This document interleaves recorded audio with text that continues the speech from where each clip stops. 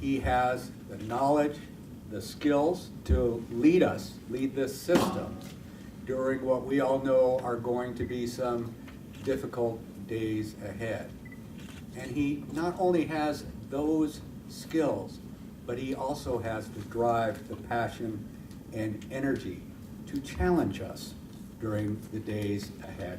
Challenge us to do better by our students, challenge us to be more innovative, more efficient, and be more successful at what we do. So on behalf of the Board of Governors, Brice, we are so delighted to announce you today. And it was very important to me that we have our recently departed Chancellor, very recently, by the way, here, and also recognize his great contributions, and also be here to kind of pass the torch to Dr. Harris. So with that, I'm going to turn it over to Jack Scott. Well, thank you very much, Scott. I am thrilled to be here today and to endorse with all the enthusiasm possible the selection of Dr. Brice Harris as the next Chancellor of California Community Colleges. I've been fortunate to know Dr. Harris for many years, and I've witnessed the abilities which he has of leadership. He first came to California to be president of Fresno City College, but then he came to the Los Rios Community College District as Chancellor, and he served in that role for 16 years.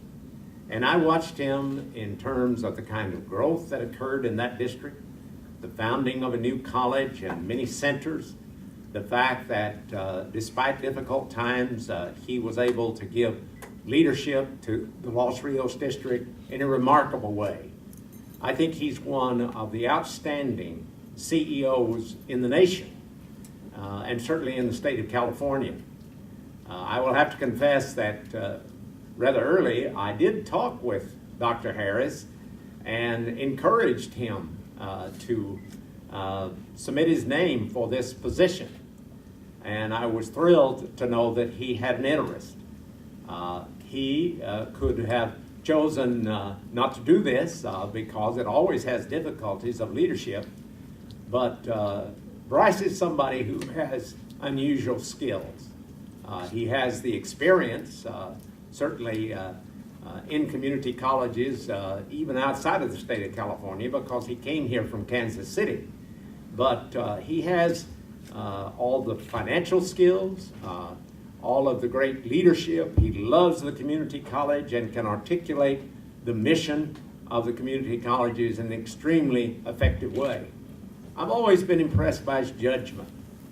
He's the kind of person who can give leadership, can gather those over whom he's exercising that leadership together, to listen to them with patience, to take their best ideas, knowing that being in a leadership position is not simply a one-person task.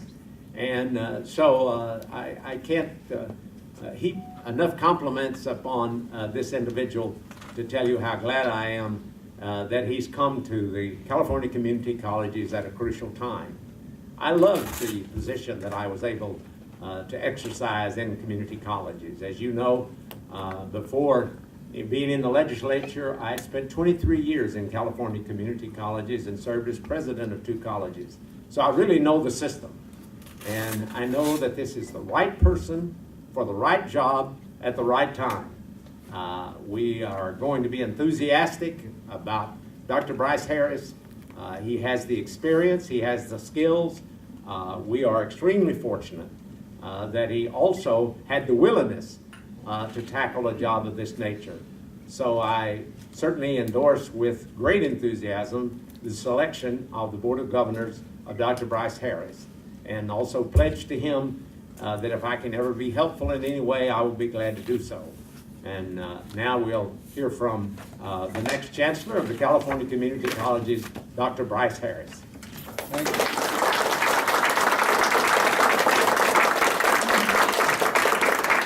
Thank you, Jack. I'm especially glad he said on tape that he's going to be available to me to help. It truly is humbling, Jack, to follow you into this job after the many years of dedication to the great state of California, not only as a college president and an elected official, but most importantly for us as our chancellor. You have brought a level of respect for our system that we will forever be indebted to you for. And it is humbling to follow you into this position, and I want to thank President Himmelstein and members of the Board of Governors for the faith they have shown in me by appointing me to this position. It is a tremendous opportunity at a great time in California. Yes, we have our challenges, but believe me, I am excited about the opportunity and looking forward to everyday service as Chancellor. Behind me today are a number of my colleagues, leaders of the faculty, leaders of our student body, a number of my colleague presidents and chancellors, and they represent literally hundreds of thousands of employees, staff members, elected board members at the local level, college presidents, and the millions of students that get up every single day and come to these colleges, the staff and faculty, to try to provide an education for our students, and the students seeking an opportunity for a better life. I have spent more than 4 decades in American community colleges, started as a young faculty member back in 1972. And as Jack pointed out, I started in the Midwest, and at the time I was a young faculty member, we looked at California and what was going on here and thought it was the most exciting place to be in terms of American higher education, and community colleges the most exciting segment. Everything that was great that was going on in higher ed in America was going on right here in California. And now here we are 4 decades later, serving millions of students with more than 100 colleges, and the support that we're providing for this state is frankly remarkable.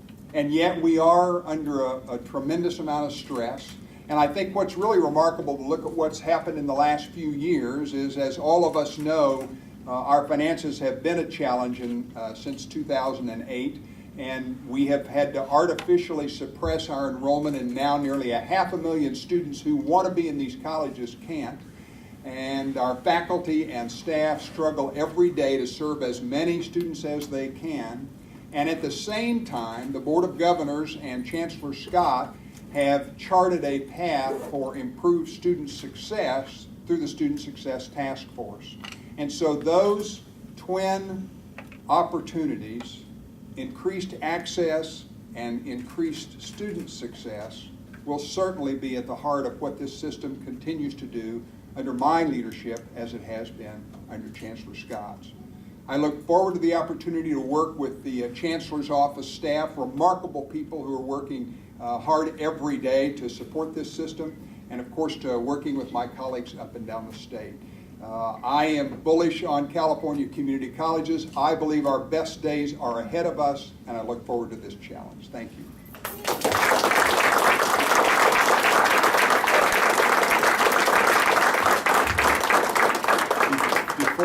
Before we get to questions, just two items. First, I would like to publicly thank Eric Skinner, who has stepped up and been our acting chancellor since Chancellor Scott has left. He's done an outstanding job and will remain in the acting chancellor's job till November 6th, when Dr. Harris takes over. But on behalf of the board, Eric, thank you for a great job.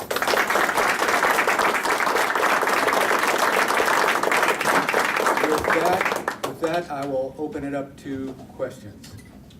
Dr. Harris, talk about what sort of effort will you put into campaigning for the governor's tax initiative that's critical to what you're able to do with your government? I think all of us in California community colleges are stepping up to try to help the public understand what the failure or passage of the tax measure means to California. And I'm certainly not alone in trying to articulate that to anybody who will listen, especially to the media and to the voting public.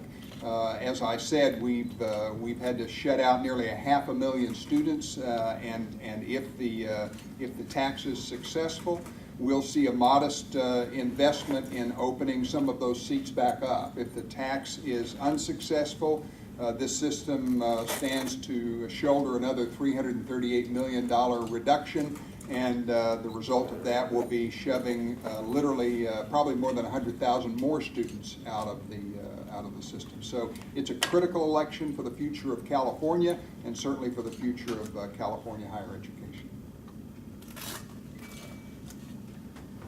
Given how fractured the system is, you have 72 different boards who make the decisions and run the colleges. What do you think you can accomplish from this office?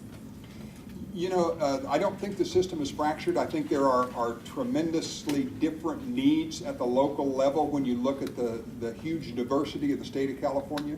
But even in Los Rios, I never believed from a central office you could run the educational programs at the 4 colleges in our system, and that's certainly the case here. No chancellor or chancellor's office can dictate or direct the teaching and learning that takes place at each one of the colleges.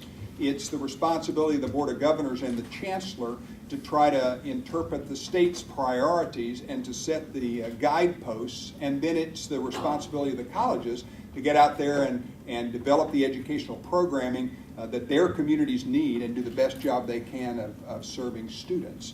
So I think this office does have a role to play in helping all of our colleges work together. And I think the Board of Governors obviously has the chief responsibility for setting the direction of the system, and then we work to interpret that. You've got a situation in San Francisco at San Francisco City College where there are accreditation issues. They're due to release a plan today to fix the various problems they have with staff, pensions, and all that stuff. Might you take a more aggressive role during situations like that? I mean, I know this is being introduced as the head of systems today, but how much might you intervene to help that process along at San Francisco City College?